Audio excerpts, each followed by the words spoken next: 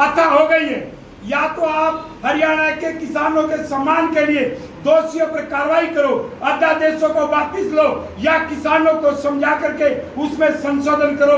नहीं तो नरेंद्र मोदी जी एक किसान न्याय युद्ध के लिए तैयार हो जाओ, और वो युद्ध होगा। और उसमें एक ही बात कहूंगा, अब याचना नहीं, अब रण होगा। किसानों का न्याय युद्ध बड़ा भीषण होगा। इसलिए सरकार इस गलतफहमी में न रहे। चारों तरफ ये किसान रहते हैं और दिल्ली में आवाजाही बंद हो जाएगी, और किसान कभी भी हारा नहीं करता, वो जीता करता है। इसलिए लड़ाई बहुत जल्दी हमने उसकी तैयारी कर दी है। जो लाठीचार्ज हुआ, अब दुष्यंत चौटाला जी और अजय चौटाला जी की मजबूरी है कि उनको इस्तीफा देना पड़ेगा, क्योंकि जब से शिरोमणि अकाली दल बादल साहब के परिवार ने अपना इस्तीफा दिया है, उसके बाद इनके ऊपर मानसिक दबाव पड़ा है। और यदि इस्तीफा नहीं दिया तो किसी भी गांव में जाएगा तो लोग कहेंगे कि जब बादल साहब ने भी इस्तीफा दे दिया तो आप तो देवीलाल के परिवार के थे, आप क्यों मुंह छुपा करके बैठ गए। इसलिए गांव में उसका बहिष्कार भी होगा।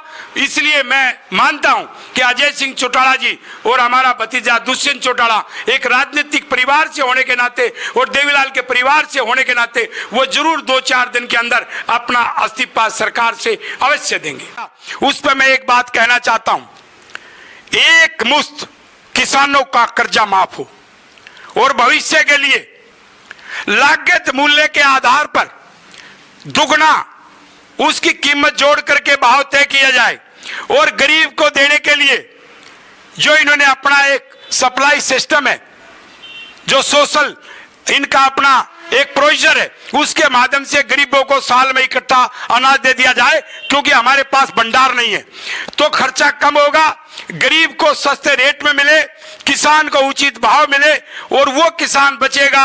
यदि आप उसको 2-2 हजार रुपए खाते में डालेंगे तो हरियाणा में पहले हमारी बुजुर्ग औरत हुलास लेती थी, हुलास याद है ना, जो नाक में लेते थे, तो ये हुलास दी जा रही है, और हुलास फेफड़े खराब करेगी, हुलास आपका विकास किसान का नहीं करेगी। 2000 सरासर अपमान है। आपने 43 साल के संघर्ष में 43 बार किसानों को न्याय दिलाया है, छोटे बड़े सभी मुकाम पर आपने जीत हासिल की है। अब ये एक ऐसा मुकाम आया है, किसान फिर से सड़कों पर है, किसान अपने हकों के लिए फिर लड़ाई लड़ रहा है। इस लड़ाई को किस तरह जीतेंगे, अब किस तरह न्याय दिलाएंगे, अपनी रणनीति एक बार लोगों को, हमारे दर्शकों को बताएं।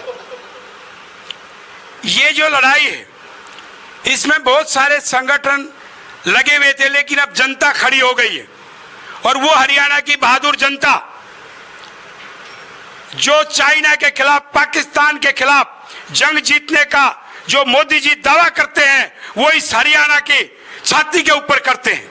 वो हमारे खून में जो जज्बा है उसके आधार पर करते हैं। राजस्थान के भाई, हमारे पश्चिमी उत्तर प्रदेश के भाई, किसानों के बेटे हमेशा शर्त पर रक्षा करते हैं, और वही किसान है। इसलिए यदि नरेंद्र मोदी जी ने जल्दी किसानों की बात नहीं सुनी तो मैं इन सभी प्रांतों के किसानों को इकट्ठा करना आरंभ कर दिया है। इनको इकट्ठा करके दिल्ली की तरफ कूच करेंगे, गांधीवादी रास्ते से लड़ेंगे, लेकिन बॉर्डर भी हम सील करेंगे।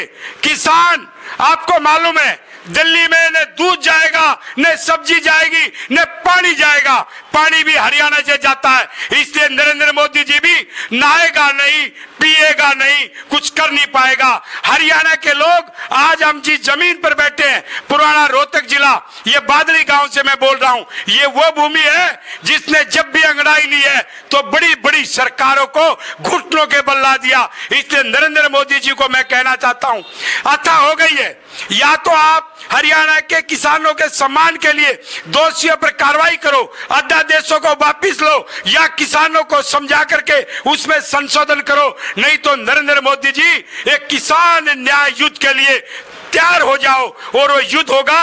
और उसमें एक ही बात कहूंगा, अब याचना नहीं, अब रण होगा, किसानों का न्याय युद्ध बड़ा भीषण होगा।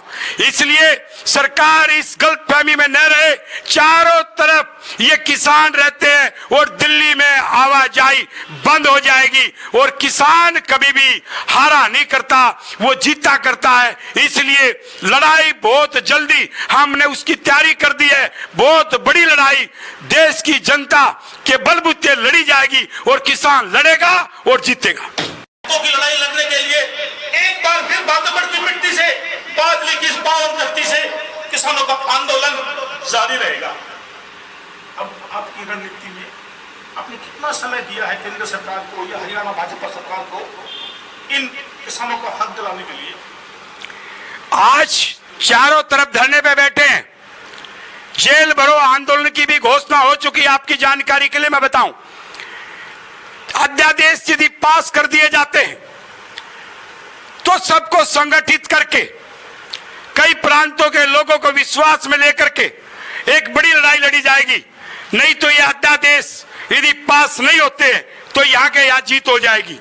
तो पहले हमारे जो हरियाणा में संगठन धरने चला रहे हैं उन सभी धरनों को हम समर्थन दे चुके हैं, समर्थन दे रहे हैं। और यदि लोकसभा और राज्यसभा में बिल पास होता है और राष्ट्रपति की असेंट उस पर मिलती है और ये कानून बन जाता है, तो जब तक ये कानून नहीं बदला जाएगा, जब तक किसान को उसका हक, न्याय और सम्मान नहीं मिलेगा, ये लड़ाई लंबी चलेगी, जारी रहेगी। और इतनी बड़ी लंबी ये लड़ाई चलेगी जो देश के इतिहास में आजादी के बाद पहला सबसे बड़ा आंदोलन आपको देखने को मिलेगा।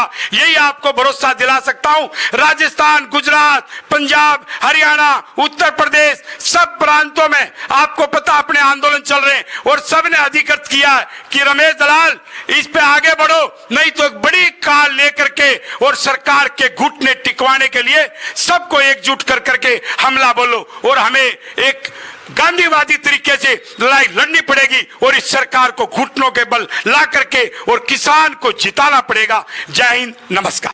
आंदोलन की इतनी बड़ी तैयारी की है, इतना बड़ा आगाज किया है। अब किसानों की सरकार से दो मांगे आपने बताया है, अध्यादेश वापस लें, किसानों का सम्मान वापस लें, और भी कोई आपकी मांग है? हमारी मांग है सबसे पहले किसानों का सम्मान लौटे और जो शंका है उनको दूर किया जाए इन 3 अध्यादेश के बारे में। और हमारा यह कहना है कि यह कानून आज तक नहीं बना कि लागत मूल्य का दुगुना किसान को मिलना चाहिए, यह कानून बने। और जो भाव तय होता है उसकी खरीद की गारंटी का कानून बने और उससे नीचे कोई खरीदे तो उस अधिकारी को, व्यापारी को सजा मिले। ये 3 कानून हमारे प्रमुख है जिससे किसान बचेगा।